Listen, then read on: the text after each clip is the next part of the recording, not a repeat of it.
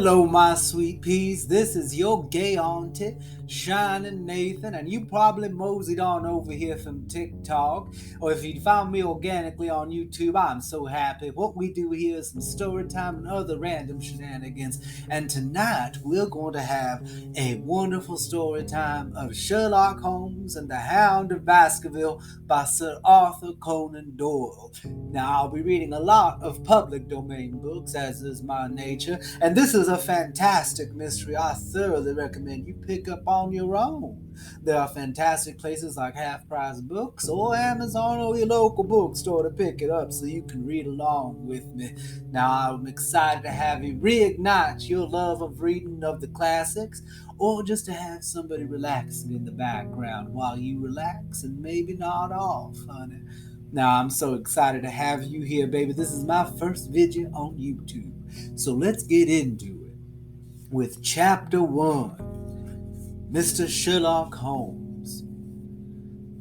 Mr. Sherlock Holmes, who was usually very late in the morning, save upon those not infrequent occasions when he was up all night, was seated in the breakfast table. I stood upon the hearth rug and picked at the stick which our visitor had left behind him the night before. It was a fine, thick piece of wood, bulbous-headed, of the sort which is known as a Penang lawyer.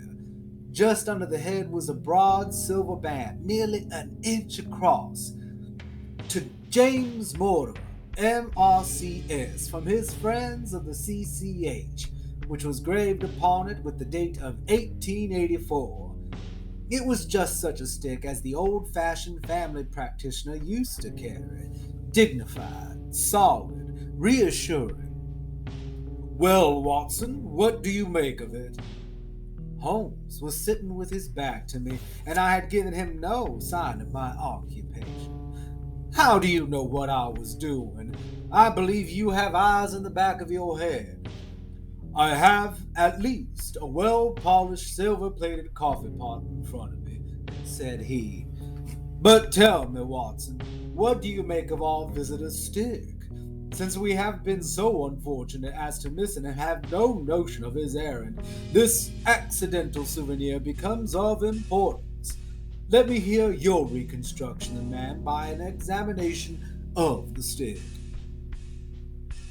"I think," said I, following as far as I could the method of my companion, "that Dr. Mortimer is a successful elderly medical man, well esteemed, since those who know him give him this mark of their appreciation."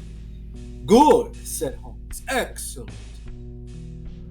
I think also that the probability is in favor of his being a country doctor who goes a great deal of his walking and visiting on foot."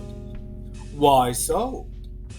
"Because this stick, though thoroughly and originally a very handsome one, has been so knocked about that I can hardly imagine a town practitioner carrying it. The thick iron ferrule is worn down, so it is evident that he has done a great amount of walking with it." "Perfectly sound," said Holmes.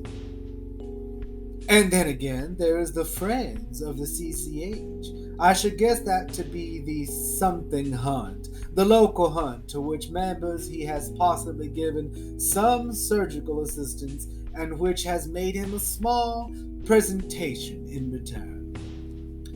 "Really, Watson, you excel yourself," said Holmes, pushing back his chair and lighting a cigarette. "I am bound to say that in all the accounts which you have been so good as to give of my own small achievements, you have habitually underrated your own abilities. It may be that you are not yourself luminous, but you are a conductor of light. Some people without possessing genius have a remarkable power of stimulating it. I confess, my dear fellow, that I am very much in your debt." He had never said as much before, and I must admit that his words gave me keen pleasure, for I had often been piqued by his indifference to my admiration and to the attempts which I had made to give publicity to his methods. I was proud, too, to think that I had so far mastered his system as to apply it in a way which earned his approval. He now took the stick from my hands and examined it for a few minutes with his naked eyes. Then, with an expression of interest, he laid down his cigarette and, carrying the cane to the window, he looked over it again with a convex lens. "Interesting, though elementary," said he as he returned to his favorite corner of the settee.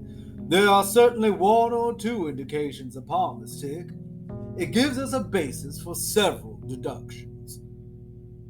"Has anything escaped me?" I asked with some self-importance. I trusted that there was nothing of consequence which I have overlooked. "I am afraid, my dear Watson, that most of your conclusions were erroneous.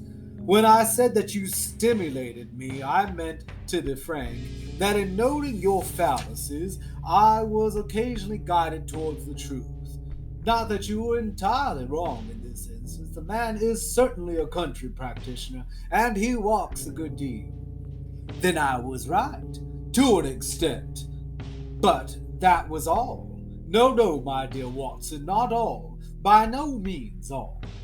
I would suggest, for example, that a presentation to a doctor is more likely to come from a hospital than from a hunt, and that when the initials CC are placed before the hospital, the words Charing Cross are naturally suggest themselves. You may be right. The probability lies in that direction, and if we take this as a working hypothesis, we have a fresh basis from which to start our construction of this unknown visitor. Well, then, supposing CCH does stand for Charing Cross, then what further instances and inferences may we draw? Do none suggest themselves? I know my methods. You know my methods. Apply them.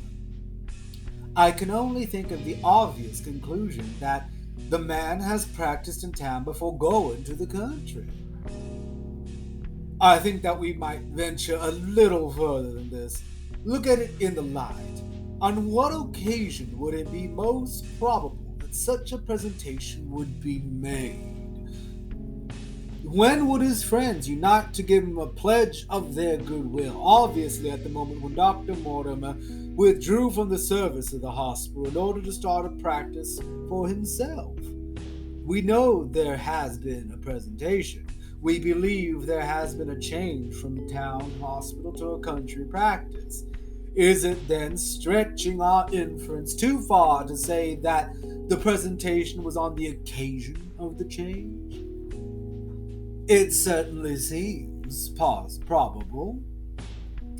Now, you will observe that he could not have been on the staff of the hospital, since only a man well established in the London practice could hold such a position, and such a one would not drift into the country. What was he then? If he was in the hospital, yet not on the staff, he could only have been an in-house surgeon or a house physician, little more than a senior student. And he left 5 years ago. The date is on the stick. So your grave, middle-aged family practitioner vanishes into thin air, my dear Watson, and there emerges a young fellow under 30, amiable, unambitious, absent-minded, and the possessor of a favorite dog, which I should describe roughly as being larger than a terrier and smaller than a mastiff. I laughed incredulously at Sherlock Holmes as he leaned back in his settee and blew little wavering rings of smoke up to the ceiling.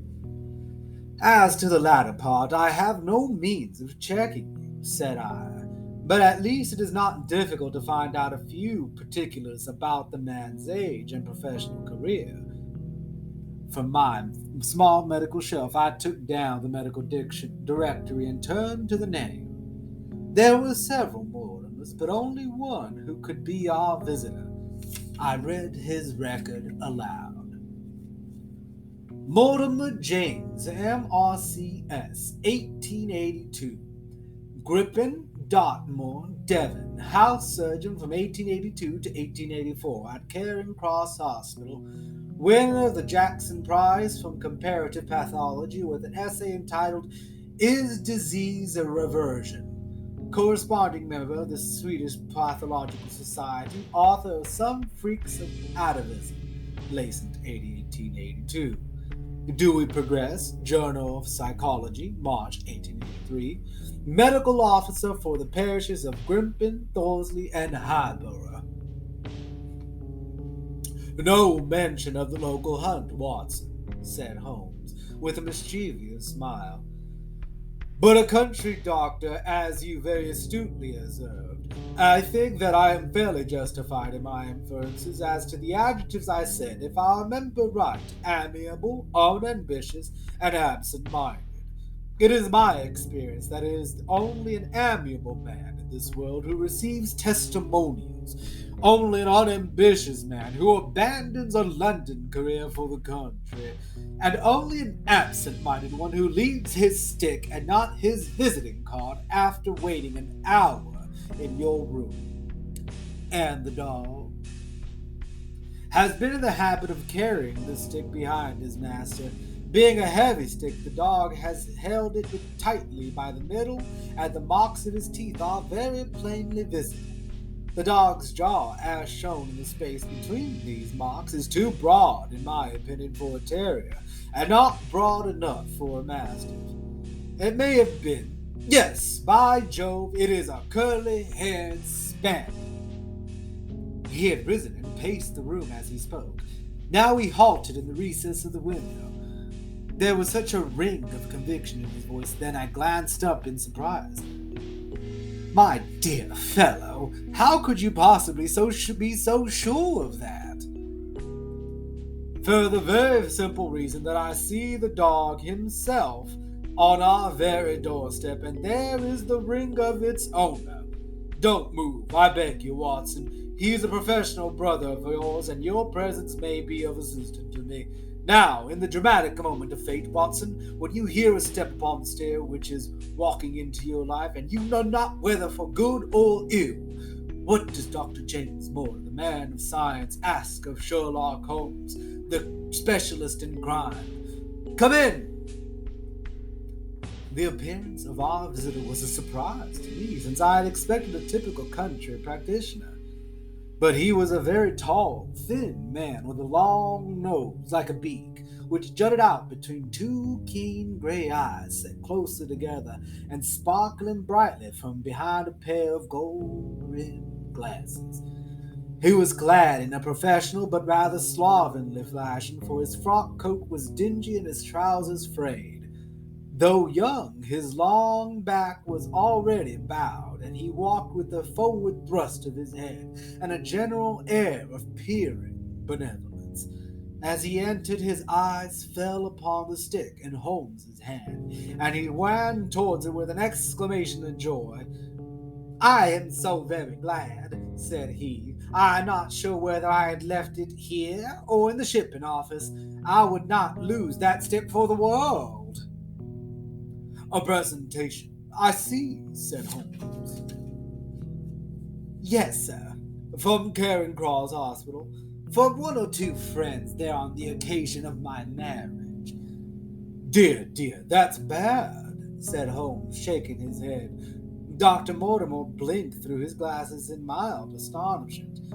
Why was it bad? Only that you have disarranged our little deductions. Your marriage, you say. Yes, sir, I married and so left the hospital, and with it all my hopes of a consulting practice. It was necessary to make a home of my own. Come, you are not so wrong after all, said Holmes. And now, Dr. James Mortimer, Mr. A humble MRCS, and a man of precise mind, evidently.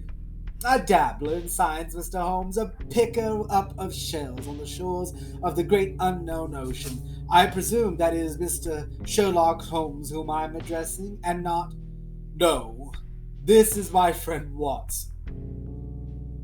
Oh, glad to meet you. I have heard your name mentioned in connection with that of your friend. You interest me very much. Mr. Holmes, I had hardly expected so dolopholytic a skull, or such a well-marked suborbital development. Would you have an objection to my running my finger along your peridial fissure? Peridial fissure? A cast of your skull, sir, until the original is available, would be an ornament to an anthropological museum. It is not my intention to be fulsome, but I confess that I covet your skull. Sherlock Holmes waved our strange visitor into a chair. You are an enthusiast in your line of thought, I perceive, sir, as I am in mine, said he. I observe from your forefinger that you make your own cigarettes. Have no hesitation in lighting one. The man drew out paper and tobacco and twirled the one up and the other with surprising dexterity. He had long, quivering fingers, as agile and restless as the antenna of an insect. Holmes was silent, but his little darting glances showed me the interest which he took in our curious companion. I presume, sir, said he at last, that it was not merely for the purpose of examining my skull that ye have done me the honor to call here last night, and again today. Oh, no, sir, no, though I am happy to have had the opportunity of doing that as well. I came to you, Mr. Holmes, because I recognize that I am myself an unpractical man, and because I am suddenly confronted with the most serious and extraordinary problem. Recognizing as I do that you are the second highest expert in Europe. Indeed, sir, may I inquire who has the honor to be the first? Asked Holmes with some asperity. To the man of precisely scientific mind, the work of Monsieur Bertillon must always appeal strongly. Then had you not better consult him? I said, sir, to the precisely scientific mind, but as a practical man of affairs, it is acknowledged that you stand alone. I trust, sir, that I have not inadvertently, just a little, said Holmes. I think, Dr. Mortimer, you would do wisely if, without more ado, you would kindly tell me plainly what the exact nature of the problem is in which you have demanded my assistance.